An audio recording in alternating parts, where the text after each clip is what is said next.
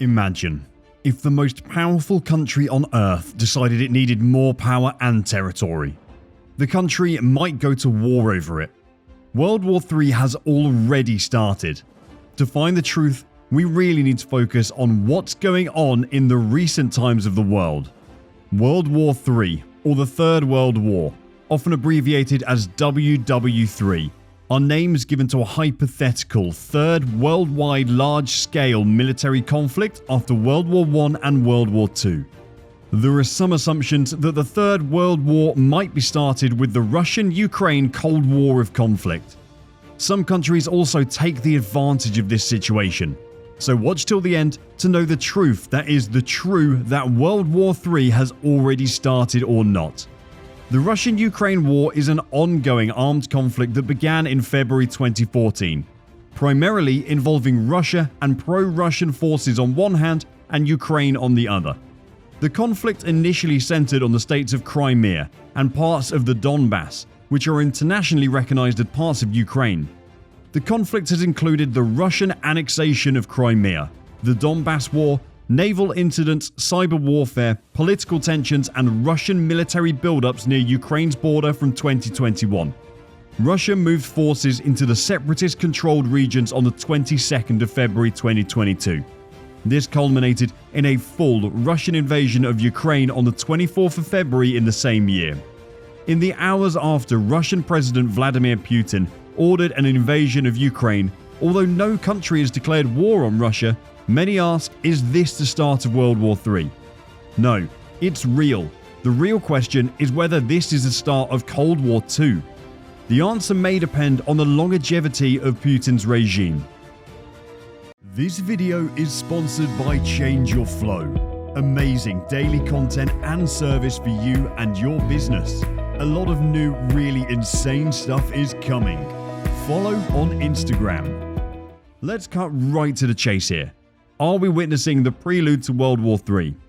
Because let's face it, that is what a lot of people are understandably asking and thinking in the light of the Kremlin's recent actions over Ukraine. Actions and statements that have triggered a deluge of denouncements and sanctions from the West. No, as bad as the situation on the Russia-Ukraine border is right now, it does not currently involve a direct military confrontation between NATO and Russia. In fact, when the US and Britain watched in dismay as Russia built up a force capable of invading Ukraine, they swiftly pulled out their small number of military trainers and advisors. That's a world war when Americans and Russians start shooting each other, said US President Joe Biden earlier this month, vowing he would not deploy American troops to Ukraine under any circumstances. But Western leaders still fear Russia could be poised to make a full-scale invasion of Ukraine. If you're a frontline Ukrainian soldier in eastern Ukraine, then clearly the situation is extremely dangerous. And for millions of Ukrainian people, the fears over how the crisis will impact their daily lives are ever present. President Putin of Russia and his trusted inner circle know how deep into Ukraine he intends to send his troops. As long as Russia's potential invasion force remains massed on the borders, then even the bustling Ukrainian capital of Kyiv and other cities will not be safe from attack. But the absolute red line for NATO and the West is if Russia threatens a NATO member state. Eastern European countries like Estonia, Latvia, Lithuania or Poland, once part of Moscow's orbit in Soviet times, are all now NATO members. They are feeling distinctly nervous that Russian forces might not stop at Ukraine and instead use some pretext to come to the aid of the ethnic Russian minorities in the Baltics and invade. Hence, NATO has recently sent reinforcements to bolster its Eastern European members as a deterrent. So how worried should you be? As long as there's no direct conflict between Russia and NATO, then there is no reason for this crisis, as bad as it is, to descend into a full-scale world war. Let's not forget that Russia and America have, between them, over 8,000 deployable nuclear warheads, so the stakes here are stratospherically high. The old Cold War maxim of MAD, mutually assured destruction, still applies. Putin said he's not about to attack NATO. He just wants to turn Ukraine into a vassal state like Belarus. But the wild card here is the state of Putin's mind. Often described as coldly calculating, Like the chess player and judo fighter that he is, his speech resembled more of an angry dictator than a shrewd strategist. Calling NATO evil, he effectively told Ukraine it has no right to exist as a sovereign nation independent from Russia. That is worrying. Britain is not the only country to be punishing Russia with sanctions. The US has gone further, and Germany, for example, it's now postponed giving the green light to the massive Nord Stream 2 gas pipeline from Russia. But the UK is at the forefront of pushing for penalties. Russia will certainly retaliate in some form. Western businesses in Russia will likely suffer, but it could go further, much further, if Putin decides. The problem now is that after years of declining relations with Moscow, including over the poisoning of Russian dissidents on UK soil, there is almost zero mutual trust remaining between the Russia and the West. And that is a dangerous backdrop against which to having a blazing public row over who is to blame for the ongoing crisis in Ukraine. It was in August 2014 that the real danger began and that we heard the first warnings of war. That month, unmarked Russian troops covertly invaded eastern Ukraine, where the separatist conflict had grown out of its control. The Russian Air Force began harassing the neighbouring Baltic states of Estonia, Latvia and Lithuania, which are members of NATO. The US pledged that it would uphold its commitment to defend these countries as if they were American soil, and later staged military exercises a few hundred yards from Russia's border. Both sides came to believe that the other had more drastic intentions. Moscow is convinced the West is bent on isolating, subjugating, and outright destroying Russia. 1 in 3 Russians now believe the US may invade.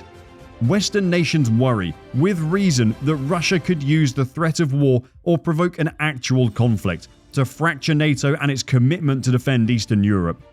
This would break the status quo that has peacefully unified Europe under Western leadership and keep out Russian influence for 25 years. Fearing the worst of one another, the US and Russia have pledged to go to war, if necessary, to defend their interests in the Eastern European borderlands. They've positioned military forces and conducted chest-thumping exercises, hoping to scare one another down. Putin, warning repeatedly that he would use nuclear weapons in a conflict, began forward deploying nuclear-capable missiles and bombers. Europe today looks disturbingly similar to the Europe of just over 100 years ago, on the eve of World War I. It's a tangle of military commitments and defensive pledges, some of them unclear and thus easier to trigger. Its leaders have given vague signals for what would and would not lead to war. Its political tensions have become military build-ups. Its nations are teetering on an unstable balance of power, barely held together by a Cold War-era alliance that no longer quite applies. If you walk around Washington or a Western European capital today, there is no feeling of looming catastrophe. The threats are too complex, with many moving pieces and overlapping layers of risk adding up to a larger danger that is less obvious. There's a low nuclear threshold now that didn't exist during the Cold War.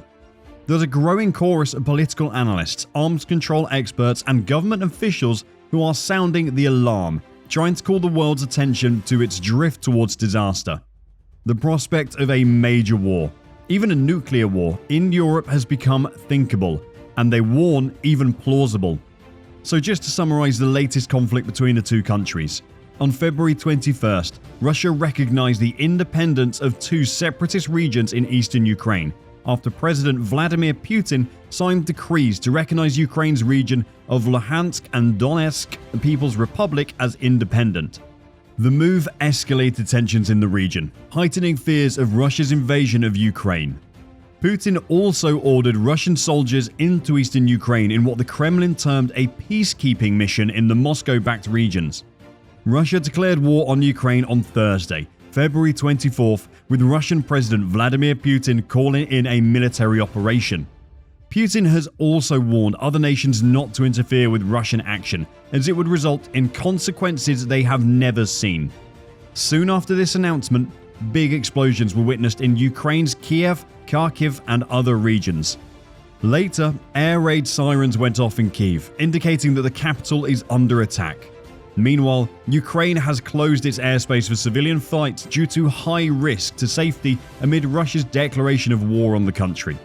The United Nations Security Council held an emergency meeting at the request of Ukraine on Wednesday night.